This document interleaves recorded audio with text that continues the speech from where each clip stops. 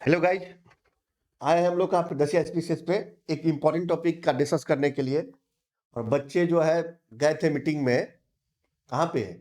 आयोग के साथ 5-6 डेलीगेशन गया था कल। विजय सिन्हा जो डिप्टी सीएम है वो भी बोले थे कि भाई बच्चों के साथ अन्याय नहीं किया जाएगा। और लगातार जो आंदोलन चल रहा है इसी चलते हम लोग भी ने क्लास बंद कर दी थे क्योंकि आपके सपोर्ट में है। तो हमारे प्रदर्शन सर बताएंगे, इनसे पूछ रहे हैं कि सर डेलीगेशन में जो बच्चे गए थे आयोग ने क्या कहा? फॉर्म रीओपन होगा या नहीं होगा, या डेट एक्सटेंड करेंगे? क्या कहे हैं सर? देखिए, जो भी स्टूडेंट्स डेलीगेट्स के रूप में गए थे, जो बाहर निकले हैं, उन्होंने क्लियर नहीं बताया है। उन्होंने सिर्फ इतना बतलाया है, पत्रकारों द्वारा, जर्नलिस्ट के द्वारा बार-बार पूछने पे, जिद करने पे उन्होंने इतना बतलाया है, कि इतना ही सिर्फ आश्वासन मिला है कि हम इस पे विचार करेंगे। ठीक है? राउंड टेबल पे ऐसा कुछ इनको क्लियर नहीं किया गया है कि एग्ज़ाम एक्सटेंड करेगा, फ़ॉर्म रीओपन किया जाएगा, एग्ज़ाम एक्सटेंड किया जाएगा, ऐसा कुछ नहीं कहा गया है। सिर्फ आश्वासन मिला है और कहा है कि हम इस पे विचार करेंगे और स्टूडेंट्स बच्चों का ध्यान रखा जाएगा। ये भी मुद्दा उठाया गया है कि कुछ स्टूडेंट घायल हो गए हैं। ठीक है?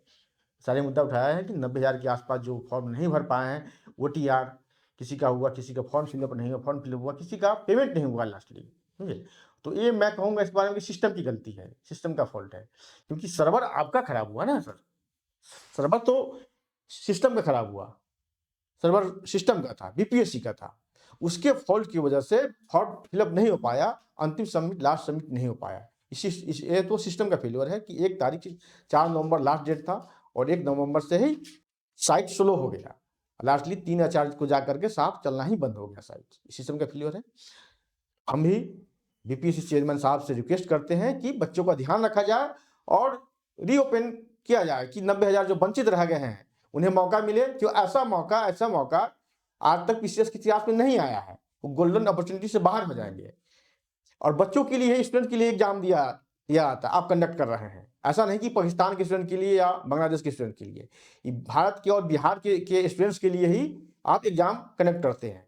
और जो है ये जो एस्पायरेंट्स है, वो सभी मिडिल क्लास फैमिली के होते हैं। लो क्लास, मिडिल क्लास फैमिली, किसान वर्ग के होते हैं। उस फैमिली से आते हैं, ठीक है?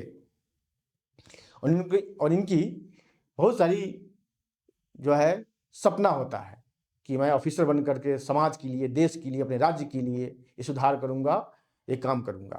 तो इन्हें मौका दिया जाए, ये बाहर के नहीं है, ये हमारे ही बिहार, हमारे ही देश या बिहार के बाहर दूसरे राज्य के स्टूडेंट्स हैं, इन्हें मौका दिया जाए।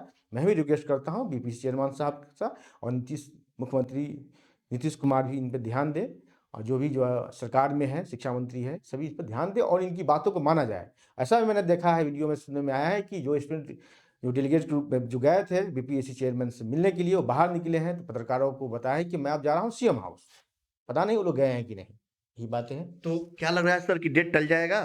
देखिए क्या कि बच्चे दिग्भ्रमित हो रहे हैं और हम्म। मनोवैज्ञानिक तरीके से तैयार नहीं कर पा रहे हैं। देखिए, तो मैं इस पर अभी मैं ना या हाँ नहीं कर सकता हूँ, ठीक है? क्योंकि मीटिंग में आगे अंदर क्या हुई, बीपीएससी क्या डिसीजन लेता है, ठीक है? इस पर हाँ कह देना ये सही नहीं होगा, सही नहीं होगा। हाँ, एक संभावना व्यक्त किया जा सकता है कि डेट बढ़ाया जा सकता है। ऐसा क्लियर हाँ या ना कहना सही नहीं है, उचित नहीं है। एक टीचर के रूप में, एक अच्छे इंसान के रूप में, है ना?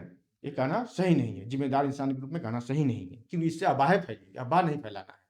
मेरे बीच नीरज सर आ रहे हैं क्योंकि इनके सूत्र जो है अंदर तक है, बीपीसी आयोग के अंदर तक और सीएम हाउस तक है।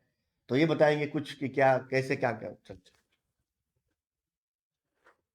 नमस्कार छात्रों, मैं आपसे यही कहना चाहूँगा कि बीपीएससी के तहत जो भी आंदोलनरत छात्र हैं या शिक्षक हैं, उनको धीरज बनाकर रखना होगा। मैं जिलाध्यक्ष हूँ हिंदुस्तानी अवामी मोर्चा करोलबाग का, तो मैं आपसे कहना चाहूँगा कि शांति बनाकर रखें। और जब आयोग ये स्पष्टीकरण कर दिया कि नॉर्मलाइजेशन नहीं लागू होगी, लेकिन फिर भी किन-किन लोगों ने आंदोलन को भड़काया, उस पे तो कार्रवाई होगी ही।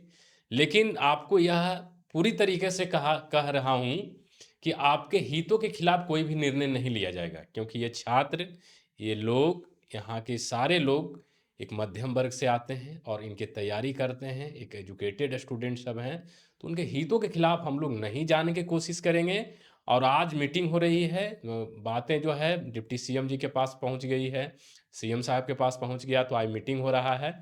तो ज़्यादा मुझे जो लग रहा है, जहाँ जहाँ तक इनपुट्स जो मिले हैं, ये छात्रों के हित में ही होगा, ताकि आपके हितों की रक्षा की जाएगी और आपको बेहतर जो है सूचना दी जाएगी। आप निश्चित होकर तैयारी करें, आपके खिलाफ कोई भी ऐसी चीज़ें नहीं जाएँगे। तो आप लोग शांति बनाए रखें और आप लोग एकता बनाए रखें और आपकी जीत होगी। जय हिंद, जय बिहार। हाँ, अंत में मैं ये कहना चाहूँगा कि आप लोग अपनी-अपनी पढ़ाई जारी रखें। अगर एग्ज़ाम अगर बीपीएससी ले लेता, बात नहीं मानता है, तो उस स्थिति में आपको पेपर देने जाना होगा। इसलिए पढ़ाई जारी रखें और कल भी क्लास नहीं हो पाया था, ठीक है? आज भी क्लास नहीं हो पाया, लेकिन आज इवनिंग से क्लास चलेगा आप लोगों का, ठीक है? बिहार स्पेशल का मैराथन चाहे या करंट अफेयर्स का क्लास चलेगा। 11 तक क्लास चलेगा, 12 को भी कुछ वीडियो डाला जाएगा। धन्यवाद, जय हिंद।